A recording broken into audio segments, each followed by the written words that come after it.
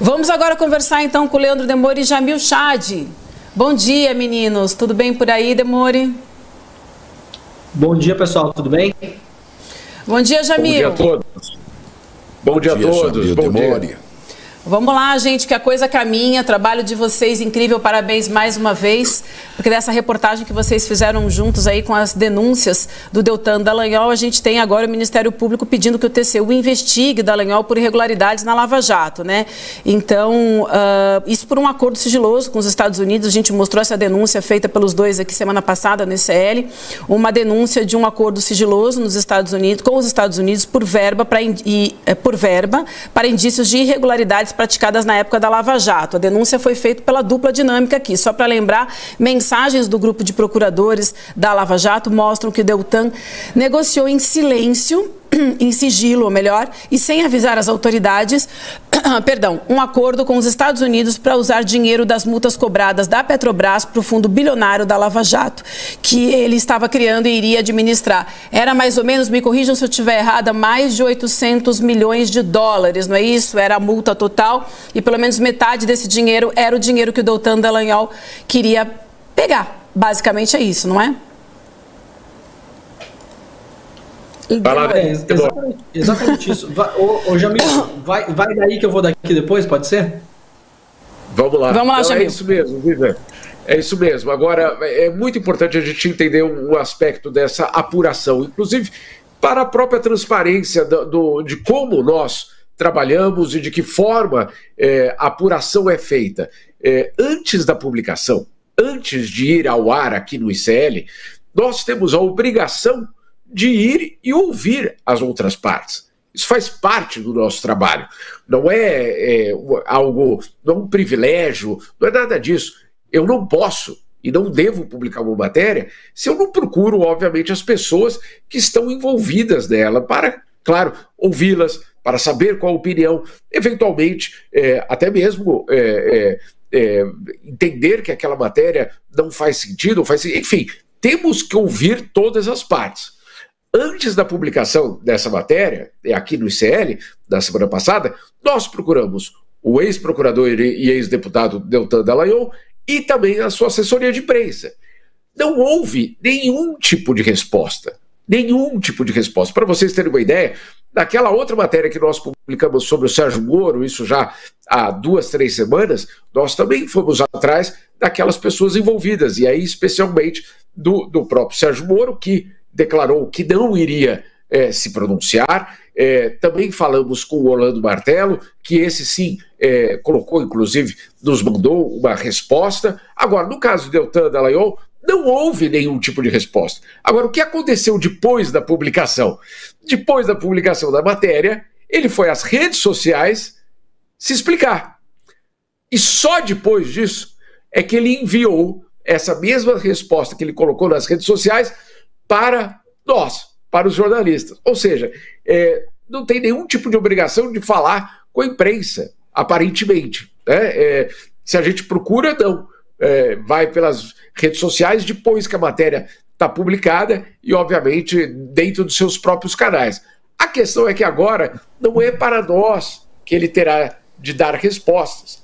Isso, obviamente, fica claro. Agora, o que acontece é, como você citou, o MP, então, pede para o TCU fazer essa investigação, tentar saber o que é que está acontecendo.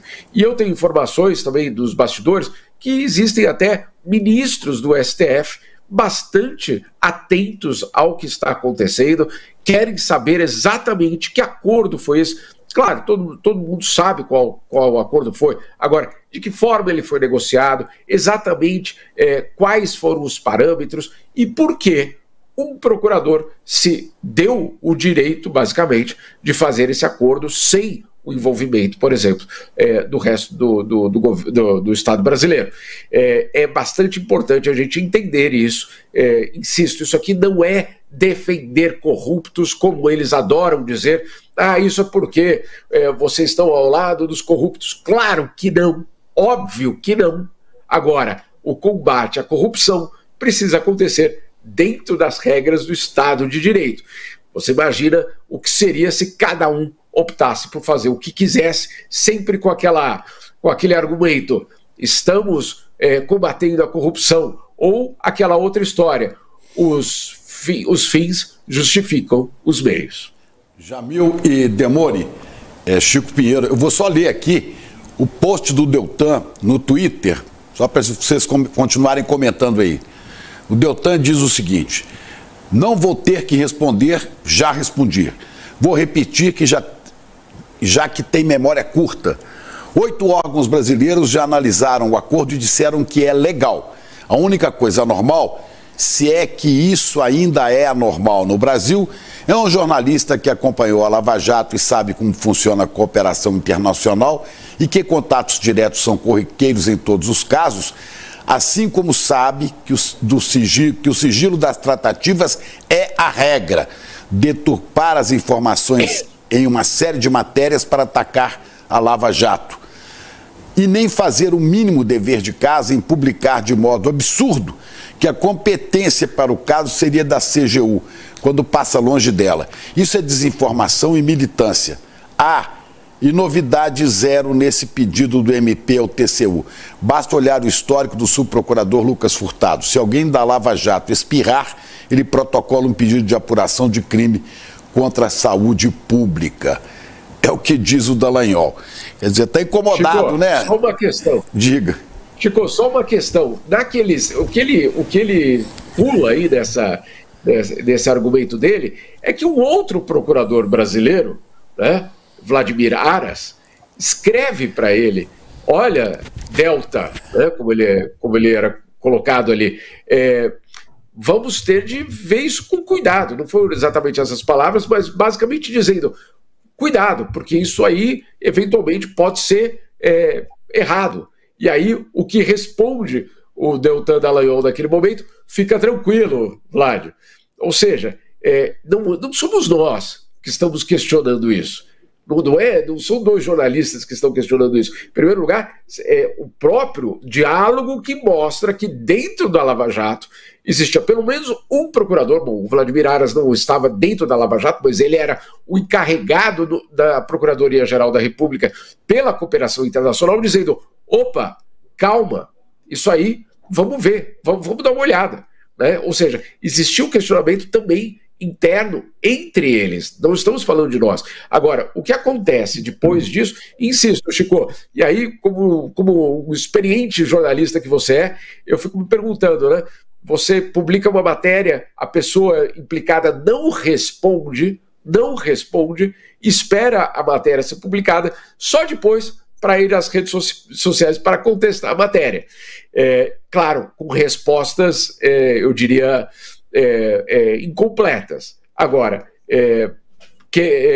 novas matérias vão surgir, né, Demori? Novas matérias vão surgir. Aí eu gostaria de saber, o senhor Deltan Dallagnol vai responder só pelas redes sociais ou vai, basicamente, atender aos nossos pedidos de esclarecimento?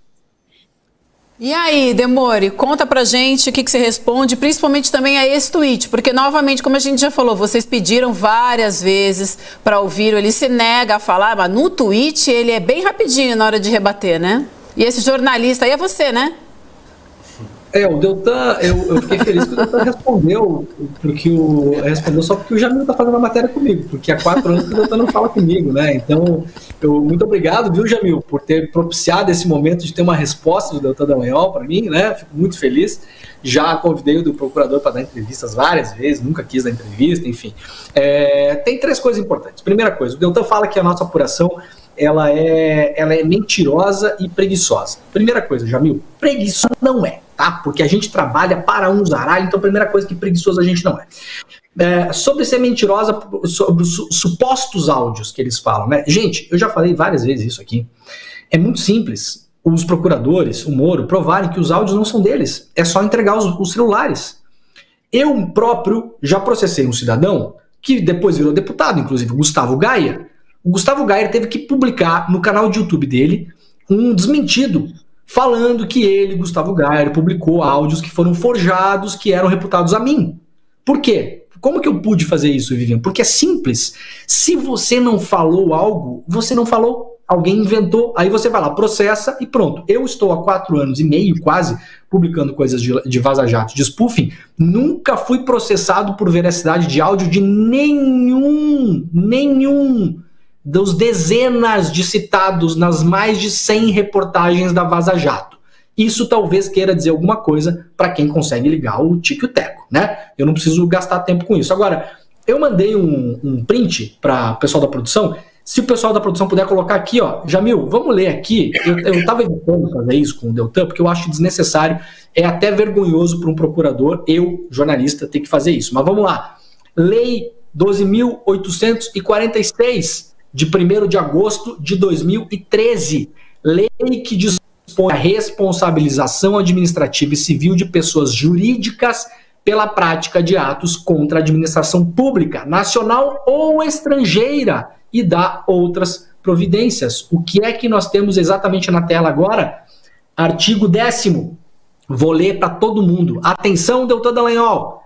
A Controladoria Geral da União é o órgão competente para celebrar os acordos de leniência no Poder Executivo Federal, bem como nos casos de atos lesivos praticados contra a administração pública estrangeira. Ponto. Não há margem de interpretação nessa frase. A CGU é o órgão competente para celebrar os acordos de leniência. Ponto. Não há interpretação possível. Vou fazer rapidamente, o Chico, um exemplo, tá? Vamos pegar o seguinte. Um promotor do interior do Brasil, tá? Lá da minha São Miguel do Oeste. Isso aqui é um caso hipotético, tá, gente? Não é da minha cidade, tá? Mas lá da minha amada São Miguel do Oeste. Ele descobre que tem um grande traficante brasileiro do PCC no Paraguai. Descobre. Faz uma investigação e descobre.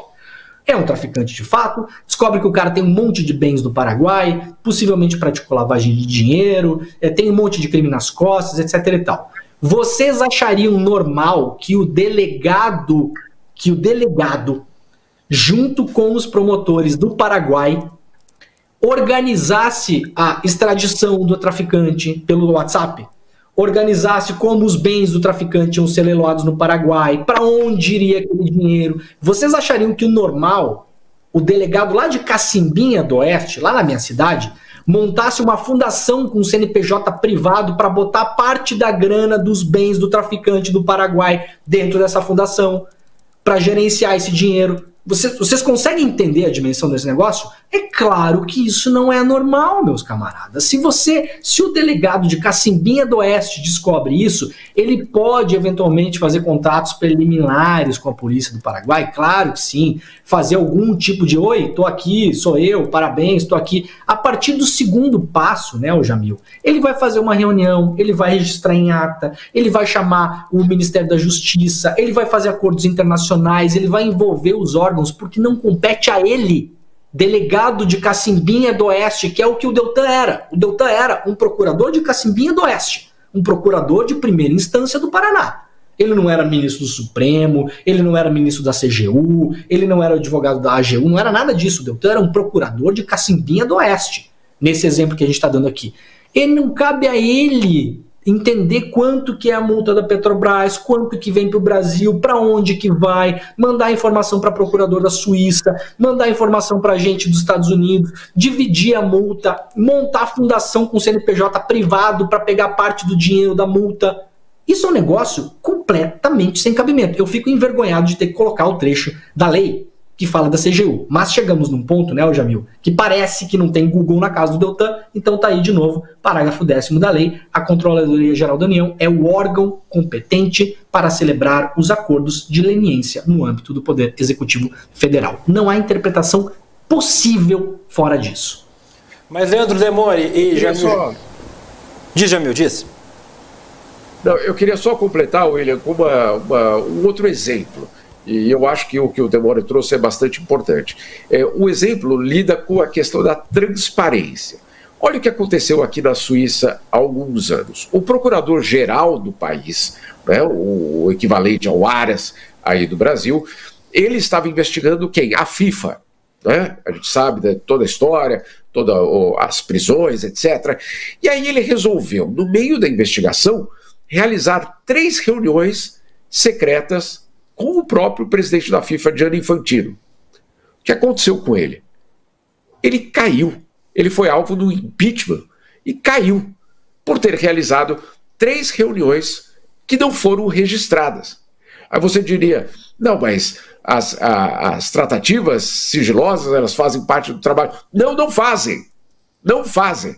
Né? E aí fica muito claro que a questão não é só, não, mas ele não fez nada de errado, ele não passou nenhum tipo de informação para a entidade que ele estava investigando, não teve nada de errado, ele queria, de fato, fazer avançar o processo.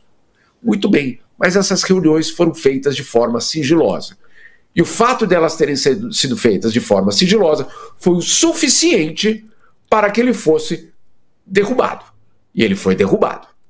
Então, não é só uma questão qual é o órgão competente, que isso é uma questão absolutamente fundamental que o Leandro trouxe, mas também é o fato de que as coisas aconteceram longe de qualquer tipo de registro que possa ser, por exemplo, alvo de algum tipo de controle. Então, o fato, insisto, o fato de que o procurador, não é qualquer procurador, não era o Deltan da Suíça, era o Aras da Suíça. O fato de o Aras da Suíça ter feito reuniões sigilosas com um dos atores no processo que ele estava conduzindo o levou, basicamente, a cair. A transparência também é fundamental. E eu acho curioso, Leandro e Jamil, que ele fale sobre jornalistas militantes, né? Porque quem era militante no judiciário era o Deltan Dallagnol, né? Ele saiu do judiciário, tá aí, vocês estão vendo o tweet dele. Lá no final ele acusa, provavelmente, o Leandro Demore de ser jornalista militante. Curioso, né, Leandro? Porque quem saiu do judiciário para disputar cargo eletivo e perdeu o cargo eletivo, inclusive, com menos de 1 ano de mandato, foi o Deltan Dallagnol, não você, né? Eu sou militante, sim. O Deltan devia escolher palavras melhores para me ofender. Eu não me ofendo nem um pouco com a palavra militância. Eu sou um militante dos direitos humanos, eu sou um militante contra a violência policial, eu sou militante contra o abuso do judiciário, eu sou militante pelos direitos de defesa amplos, coisas que o Deltan negou. Então, o procurador, de tudo isso que o senhor falou, assim, mentiroso eu não sou. Preguiçoso, muito menos. Se o senhor fale que eu sou preguiçoso para minha mulher, o senhor vai ver a chinelada que o senhor vai tomar, tá? Muito antes, pelo contrário. E assim, militante, muito obrigado. Já começou minha segunda-feira muito melhor, Deltan. Obrigado. Fica claro aí, né? Fica claro que Deltan Dallagnol só se manifesta depois que a imprensa diz as coisas. A imprensa que eu digo vocês, porque são os que estão mexendo na história. Aí ele sai correndo para se manifestar, isso aí. Pois é, assim como no caso do Arthur Lira, os jornalistas de CL estamos todos prontos para ouvi-los. Porque não vem. Já desafiei aqui, Eduardo Moreira já desafiou. Venha dar a sua versão, mas venha se confrontar com as informações que nós temos. Deltan Dallagnol, Jamil Chad e Leandro Demore, e todos nós somos militantes da informação e do contraditório e da entrevista. Pois venha dar entrevista, venha falar com a gente. Que medo você tem de nós? Convite feito mais uma vez. Boa, Chico. Meninos, convite, a gente... desafio. Eu só queria lembrar de um aspecto, perdão por pegar a palavra de novo, estava tentando achar aqui. Olha, só para vocês verem que no final, depois que ele publica as coisas nas redes sociais, mandou uma nota para nós, mas é depois, com alguns esclarecimentos ainda. Mas é basicamente isso. Mas o ponto número 3 dos esclarecimentos, depois de ele falar tudo isso, ele diz o seguinte: os procuradores da Lava Jato não reconhecem as supostas mensagens obtidas mediante crime, sem autenticidade atestada e usados sem critérios éticos por diversos jornalistas. Ele diz, basicamente, que não reconhece essas frases, né? Que não sabe de onde elas vêm, basicamente. Que ele está dizendo, olha, não sei se são minhas. Mas o que é curioso é que, ao mesmo tempo que diz não sei se são minhas, ele vai lá e desmente o conteúdo, ou tenta desmentir o conteúdo da matéria. Então tem que escolher. Ou você não reconhece, ou você traz outro argumento. As duas coisas é muito complicado, né, Chico?